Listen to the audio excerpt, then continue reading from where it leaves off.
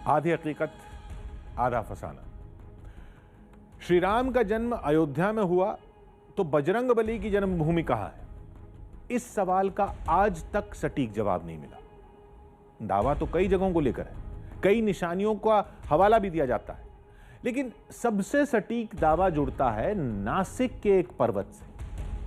कहते हैं उसी जगह पर मां अंजनी ने 108 साल कड़ी तपस्या की थी।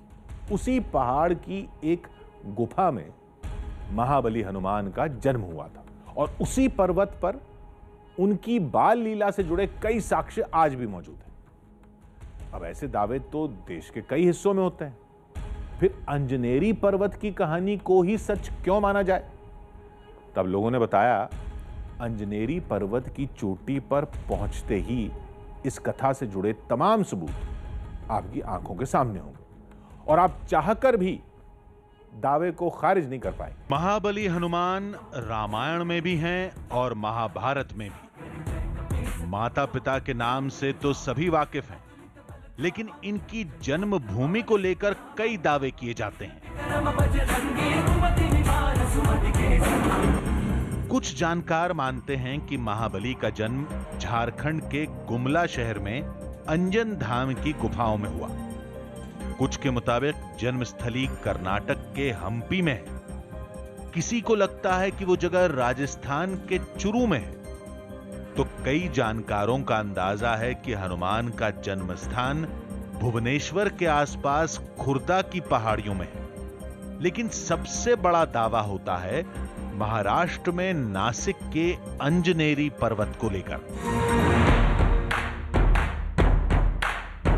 कहते हैं उस पर्वत पर आज भी महाबली हनुमान के जन्म से जुड़ी कई सच्ची निशानियां मौजूद हैं, जिन्हें आज भी कोई खारिज नहीं कर पाता।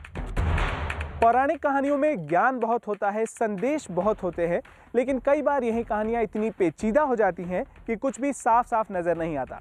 नमस्कार, मेरा नाम है जितेश पांडे और आज हम एक ऐसी ही कहानी का सच तलाशने निकले हैं।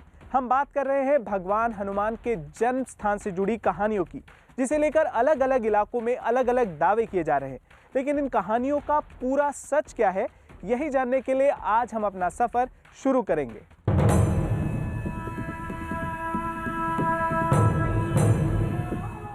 अंजनेरी पर्वत की तलाश में हमारी टीम ने 12 ज्योतिर्लिंगों में एक त्र्यंबकेश्वर धाम का रुख किया। इसकी एक खास वजह है। दावे के मुताबिक आज का त्र्यंबकेश्वर धाम ही वो जगह है जहां युगों पहले मां अंजनी ने तपस्या की थी। यहां हमें तलाश थी एक ऐसे सूत्र की जो अंजनेरी पर्वत का रास्ता बता सके, जो सदियों पुरानी कहानी के तारों को आज की हकीकत से जोड़ सके। केसरी नाम का वानर था, वो केसरी पवन का अवतार माना गया है। और अंजना एक शापित नारी, एक अप्सरा या एक देवता मानी गई है जिसका जन्म होता है, और वो बड़ी शिवजी की तपस्या करते, त्र्यंबकेश्वर भगवान की तपस्या करते हैं। तो आशुतोष त्र्यंबक भगवान उनको प्रसन्न हो गए और केसरी जो वायु के अवतार थे उनको बड़े बलशाली थे, तो उनको बताया कि तुमको भी पुत्र ऐसा ही होगा। उन्होंने बड़ा तप किया था अंजनी ने, तो उनको जो पुत्र हुआ शिव के आशीर्वाद से, वो शिवजी नहीं 11वां रुद्र, एकादश, रुद्र एकादश है, वेदों में रुद्र एकादश है। तो अष्टमूर्ति तो शिव की विख्यात है, 12 ज्योतिर्लिंग भी है, तो एकादश कैसे है? तो 11वां रुद्र, रुद्र के जो 11 रुद्र है उसमें से जो 11वां रुद्र है वो हनुमान जी को माना गया है। यहाँ पर लोगों ने बताया कि यहां से कुछ ही दूरी पर अंजनेरी गांव है, जहां से एक रास्ता हनुमान जन्मभूमि की तरफ जाता है, जो पहले ऋषिमुख पर्वत कहलाता था, लेकिन आज अंजनेरी पर्वत के नाम से जाना जाता है। रास्ते में ब्रह्मगिरी पर्वत श्रृंखला की चोटियां दिखी। इन्हीं में एक अंजनेरी पर्वत भी है, जिसकी सबसे ऊंची चोटी महाबली हनुमान का जन्म स्थान है। अंजनेरी पर्वत के सफर पर अब हम उस जगह पर आ गए हैं जो सबसे ज़्यादा इंटरेस्टिंग है और शायद सबसे ज़्यादा चैलेंजिंग भी। इंटरेस्टिंग इसलिए क्योंकि हनुमान जन्म स्थान के हम करीब पहुंच चुके हैं, और चैलेंजिंग किस लिए, वो ज़रा इस पहाड़ को देख लीजिए। अब यहाँ से हमारा सफ़र शुरू होने वाला है और ये जो पूरे पहाड़ है और ऊपर देखिए आप किस तरह से बिल्कुल स्टीप, बिल्कुल खड़ी चढ़ाई है। हालांकि इधर से रास्ता नहीं है, रास्ता बनाया गया है पीछे से, जिससे थोड़ी आसानी होगी। लेकिन इस पहाड़ को पूरी तरह से क्रॉस करके हम वहाँ पहुँचेंगे जहाँ पर अंजन माता की गुफा है, जहाँ पर हनुमान का जन्म स्थान है।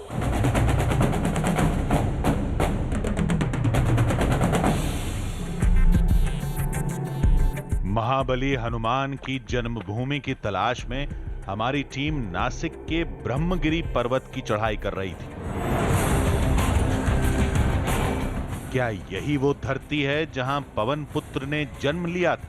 क्या उन चोटियों पर महाबली की बाल लीलाओं से जुड़े निशान आज भी दिखेंगे? आज एक एक करके सारे सवालों के जवाब मिलेंगे। फिलहाल कठिन रास्तों ने हमारे पसीने छुड़ा दिए थे। आगे जो रास्ता है उससे आपको ये पता चलेगा कि कितना मुश्किल आगे हमारा सफ़र होने वाला है। ये देखिए, ये चढ़ाई है और अच्छा पानी भी आ रहा है ऊपर से। यहाँ पे एक राहत की बात है, चलिए बारिश नहीं हो रही है तो पानी कम है, लेकिन देखिए लगातार उस पर पानी आ रहा है और इसी रास्ते से होकर के हमें ऊपर की तरफ जाना है। फिर एक और टर्न दिख रहा है ऊपर, हम वहाँ से घूम जाएंगे, लेकिन यहाँ पे लगातार उस पर पानी आ रहा है जिससे शायद वहाँ पे फिसलन भी हो सकती है।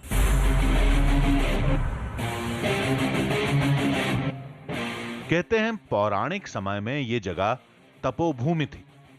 बात सही भी निकली। हमारी टीम को जैन स्वामी से जुड़ी सालों पुरानी गुफा दिखी जहां ताला लगा था। लेकिन हमें तो उस गुफा की तलाश थी जहां भगवान हनुमान का जन्म हुआ था और वहां पहुंचने के लिए अंजनेरी पर्वत की उस चोटी तक पहुंचना था। हमें बताया गया था कि जन्मस्थान से पहले अंजनी गुफा मिलेगी, जो अब हमें नजर आने लगी थी। कहते हैं इसी गुफा में माता अंजनी रहा करती थी। बताया जाता है कि त्रेता युग में वनवास के दौरान श्री राम भी लक्ष्मण और सीता के साथ इस गुफा में आए थे। अंजनी गुफा यानी वो जगह जो माता अंजनी का निवास स्थान था। लेकिन रामायण की एक बहुत इंटरेस्टिंग कहानी, बहुत दिलचस्प किस्सा इस जगह से जुड़ता है। माना यह जाता है कि भगवान श्री राम, लक्ष्मण, हनुमान और सीता इस जगह पर माता अंजनी से मिलने के लिए आए थे। ठीक इसी गुफा में ये सभी लोग माता अंजनी से मिले, उनसे आशीर्वाद लिया और कुछ देर तक यहाँ विश्राम किया था। लेकिन माता अंजनी की ये जो गुफा है, यहाँ पर वो लंबे समय तक रही थी, लंबे समय तक साधना करती रही थी और यही तमाम कहानियों को यहाँ जितनी भी मूर्तियाँ हैं उनमें दर्शाया गया। महाबली का जन्मस्थान अभी 2 किलोमीटर दूर था। रास्ता बताने वाले शख्स के साथ हम पर्वत के उस मोड़ पर पहुंचे जहां एक सरोवर दिखाई दिया। बताया गया कि यह सरोवर बाल हनुमान की लीला का सबसे बड़ा सुरंग लगाई। वहां बाएं पैर के पंजे के दबाव से एक बड़ा गड्ढा हो गया, जो आज एक सरोवर बन चुका है। यह तालाब दावे के मुताबिक बाएं पैर के पंजे के आकार का है या नहीं, यह समझने के लिए ऊंचाई पर जाना पड़ता है, जहां से सरोवर बिल्कुल बाएं पैर के पंजे की तरह दिख रहा था। ये एड़ी, यहां उंगलियां और इस जगह अंगूठा। कहते हैं सूर्य को निगलने के लिए हनुमान ने यहीं से आसमान में छलांग लगाई थी। अंजनेरी पर्वत पर हनुमान से जुड़े जितने भी दावे किए जाते हैं उनमें शायद सबसे बड़ा दावा है ये तालाब, जो हनुमान चरण तालाब जिसे कहा जाता है, उसका। और नीचे जो तस्वीर हमें नजर नहीं आ रही थी, हमें लग रहा था कि जो हमें बताया गया वो शायद सही नहीं है। जैसे ही हम ऊपर की तरफ आए हैं उसके बाद आप देखिए अब बिल्कुल नज़ारा ही बदल गया है और पूरे इस तालाब को अब आप देखेंगे तो बिल्कुल स्पष्ट तौर पर नज़र आएगा, जैसे ये किसी के पैर के निशान हो, किसी की एड़ी हो, वैसे नज़र आएगा पीछे का हिस्सा। और आगे की जो तमाम जो आप वो तालाब देख रहे हैं, जिस तरह से स्ट्रक्चर बना है, ऐसा लगेगा जैसे आगे की उंगलियां हैं और पूरा का पूरा ये जो तालाब नज़र आएगा आपको अब, वो ऐसा दिखेगा जैसे किसी का चरण हो।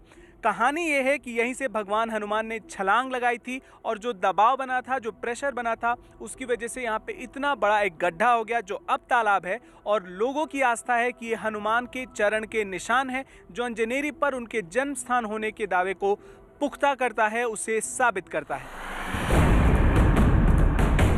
वाकई ये तालाब अद्भुत है, जिसके आधार पर अंजनेरी पर्वत को ही हनुमान जन्मभूमि माना जाता है।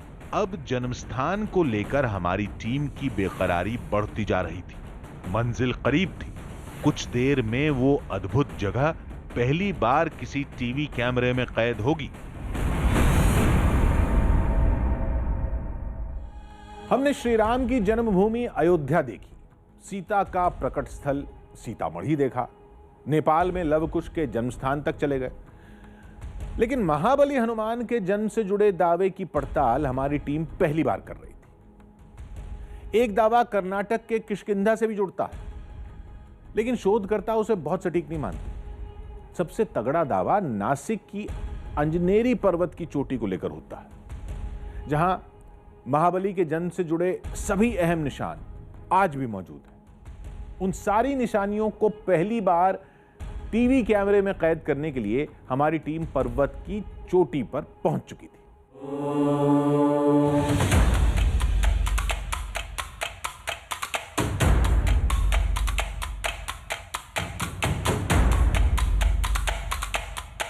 वो मंदिर है जो अंजनी माता का मंदिर है। हम सुबह से निकले हैं। जो सामने नजर आ रहा है वो अंजनी माता मंदिर है, हनुमान जन्म स्थान। अच्छा, जन्म स्थान हनुमान का, इधर ही हनुमान का जन्म हुआ था। अच्छा, तो अब फाइनली हम लोग को हमारी मंजिल नज़र आ रही है। पहले हमने देखा था वो दूसरा मंदिर था, तो अब ये जन्म स्थान मंदिर है, वहाँ तक हम लोग पहुँच गए हैं। सुबह से निकले हुए थे, अलग अलग निशानों को देखते रहे और अब जा कर के अंततः पहुँच चुके हैं हनुमान जन्म स्थान तक। वो सामने मंदिर नज़र आ रहा है, थोड़ी दूर और चलना है और उसके बाद जन्म स्थान आपके सामने हो।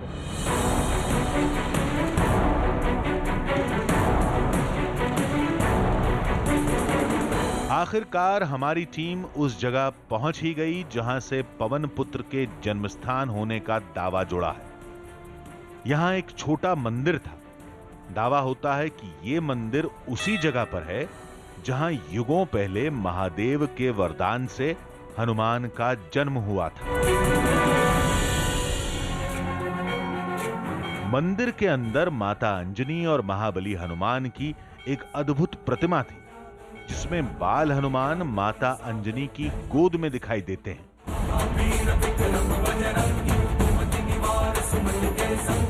इसी मंदिर में ये जो मूर्ति है, जरा आप उसे ध्यान से देख लीजिए, गौर से देख लीजिए। ऐसी मूर्ति आपने पहले कभी नहीं देखी होगी। यदि आप हनुमान चालीसा पढ़ते होंगे, उसके बारे में जानते होंगे, तो आपको पता ही है कि वहां भी वर्णन किया गया है कि हाथ वज्र और ध्वजा बिराजे, कांधे मूंज जनेऊ साजे। जो हनुमान का डिस्क्रिप्शन जिस तरह से किया गया है वो काफी बलशाली हैं, उनके कंधे पर जनेऊ है। लेकिन यहाँ पर एक बालक के रूप में, एक शिशु के रूप में भगवान अपनी माता के गोद में है, माता अंजनी के गोद में है। और ये मूर्ति काफी पुरानी बताई जाती है। लोगों की गहरी आस्था इस वजह से है ही कि ये जगह जन्मस्थान कहा जाता है, जन्मस्थान माना जाता है और उसके प्रतीक के तौर पे ये मूर्ति स्थापित है, क्योंकि यहाँ पर भगवान बलशाली और ताकतवर और जिनकी पूजा की जाती है हनुमान की, वो नहीं है, बल्कि एक शिशु के रूप में है, एक बालक के रूप में है, क्योंकि ये उनका जन्म स्थान रहा है। यहां पर किसी तरह का दस्तावेजी साक्ष्य नहीं मिलता, केवल कुछ निशानियां और चमत्कार की कुछ कहानियां हैं। अंजनी माता की ये जो मूर्ति है जिसमें बाल हनुमान उनकी गोद में है, ये काफी बाद में यहाँ पर लगाई गई है, लेकिन जो दावा है इस जगह से जुड़ा हुआ है वो काफी पुराना है। और उसकी वजह नीचे की तरफ आप जो दो पिंड देख पा रहे हैं वो है। ये दोनों पिंड को स्वयंभू माना गया है, यानी अपने आप प्रकट हुए हैं। और माना यह जाता है कि ये पुरानी मूर्तियां हैं, एक तरफ हनुमान है, दूसरी तरफ उनकी मां अंजनी है। और हनुमान और अंजनी की इस तरह से यहाँ पर पूजा की जाती है।